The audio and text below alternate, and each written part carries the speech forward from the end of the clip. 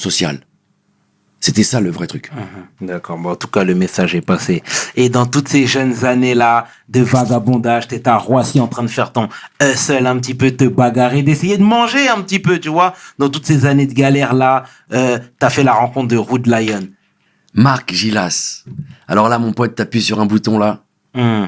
Ouais, j'avais une affinité particulière avec Marc Gilas. Dis-moi tout. Et j'ai rencontré beaucoup de gens, hein, puisque moi j'ai vécu dehors. Donc, et en plus des gens diamétralement différents et de quartiers vraiment aussi différents. Marc, c'est une rencontre, oh là là, c'était incroyable. C'était une époque où on vivait dehors, dans la rue. Et Marc, c'était comme un grand frère. Moi, on avait une affinité particulière. Il m'avait pris un peu sous son aile. Et il était un petit peu plus grand que moi. Mais alors, je t'explique en fait. Moi, quand j'allais en vacances au Maroc, on habitait dans un quartier pauvre, très pauvre, qui s'appelait Ain Shop, du côté de Casablanca. Ok. Et dans ma rue habitait une famille qui était des mecs du 94. La cité à Marc, Choisy-le-Roi, Vitry-sur-Seine, etc. Et en l'occurrence, la cité Jacques Cartier. Avec Youssef et Gros Yeux et tout ça, je suis sûr qu'il y a plein de gens qui vont savoir de qui je parle. Et Marc, il était ami avec eux. Donc moi, quand je rencontre Marc, c'est quand je commence à traîner un peu à Paris, à faire les 400 coups, hein, à essayer de survivre de toutes les manières possibles.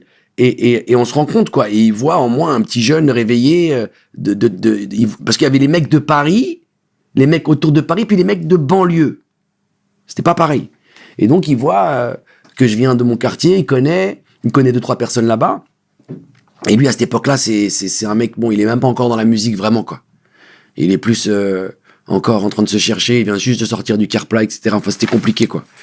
Et on accroche vraiment, quoi. Et tu sais, Marc, c'était un mec où il t'aime, où il t'aimait pas. Un grand écorché vif. Mais avec 4 cœurs, 4 poumons. Vraiment un mec inspirant, un mec, tu sais, avec une aura, un charisme, et puis avec un truc spécial, quoi. J'ai pas les mots. Quand t'es jeune, tu ressens, tu dis, ok, c'est un feuchet. Mais c'est un feuchet. Et il t'aime, c'est-à-dire qu'il te prend sous son aile, c'est-à-dire que t'as une super connexion avec lui, super forte. Et en plus, toi, tu portes tes couilles, t'es jeune, voilà. Et donc, tu fais tes trucs. Donc, ce qu'il fait, lui, voilà, on faisait des trucs ensemble, etc. Moi, j'avais ce qu'il avait besoin, lui, etc., vice-versa. Même si on se voyait pas souvent, tu vois. Et après, on a commencé à vraiment traîner ensemble. À l'époque de la musique, etc. Moi, je commençais à faire mes premiers pas un peu dans le cinéma, la musique, surtout la musique d'abord, à travers Assassin et tous ces groupes et tout ça, là. Et j'avais rencontré les jeunes d'Expression Directe. Et si ma mémoire est bonne, c'est même moi qui a fait la connexion entre Expression Directe et Marc. Ok. C'est même moi qui a fait qu'ils se sont rencontrés et qu'après, Marc les a pris et puis a développé Ghetto Youth Progress et tout. Parce que moi, je traînais avec Marc bien avant tout cela. Et on avait même ouvert à l'époque un espèce de squat incroyable, c'était à Austerlitz. Au 54 ou je sais plus quoi d'Austerlitz, et c'était chez nous. C'est-à-dire que c'était à moi, Marc et 2 autres personnes. Et puis il y avait aussi les mecs de son quartier, les KGB, tout ça, là, il y avait plein des ragamuffins, parce qu'il vient aussi de ragamuffin un peu, tu vois. Il y avait ces mecs-là et des rastas, tout ça. Et donc, voilà, on s'était installés là-bas et on vivait tous là-bas et on cuisinait, on mangeait, on dormait, on faisait les sound systems là-bas, on faisait l'argent là-bas. C'était incroyable. C'était une période incroyable, folle, où Paris était à nous, quoi. Paris était à nous, gros. Tu peux pas savoir, c'était autre chose. Et Marc, c'était un de ces, il y en avait plein d'autres, hein. Mais Marc, c'était un de ces personnages, lumineux, non, vraiment un lion, non, qui sort de la jungle mais très dur je l'ai vu faire des trucs durs.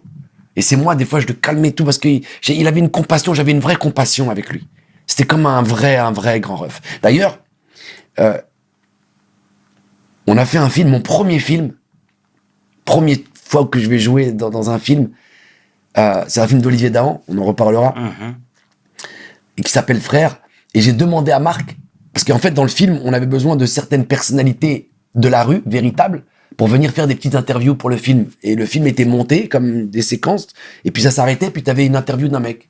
Et puis le film reprenait. Et c'était construit comme ça.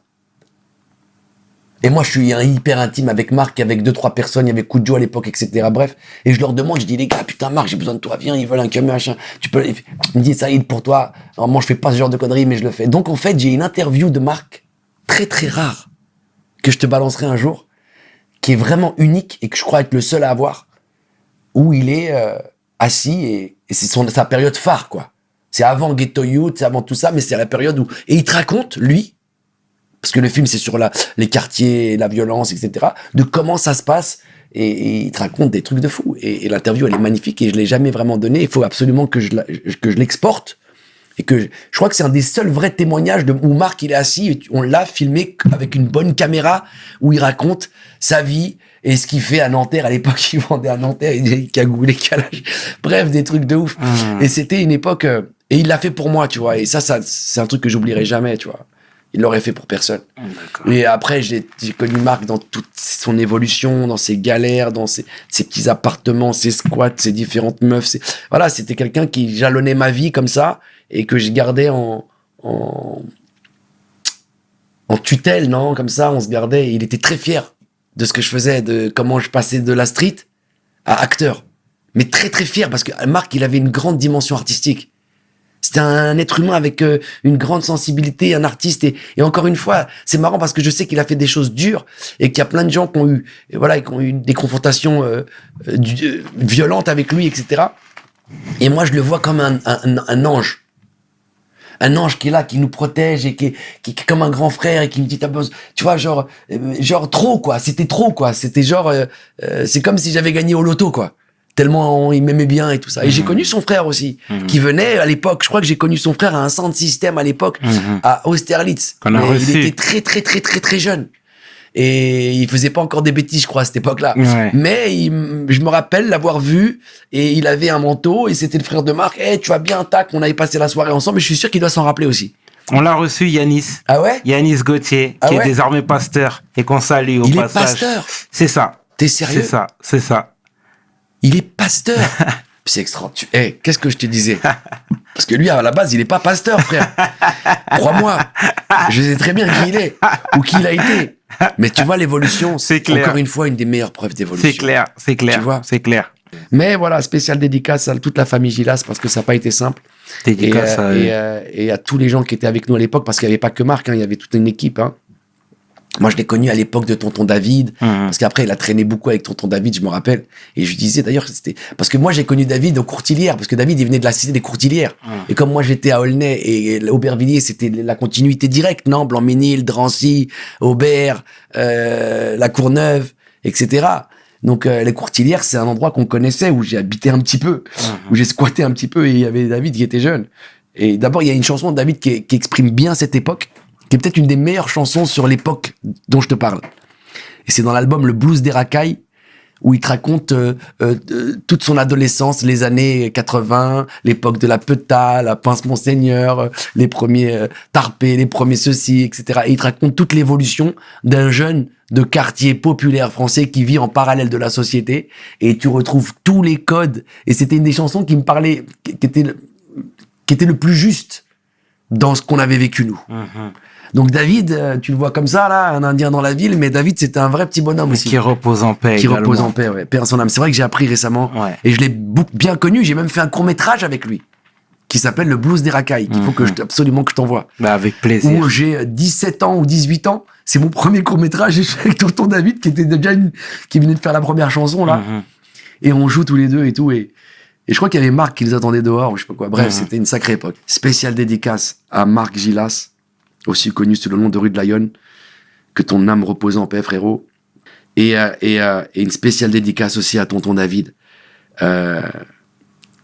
qui était un vrai mec, qui après qui a fait son truc de musique, et respect à lui, quoi. Qui repose en paix, Dans toute cette période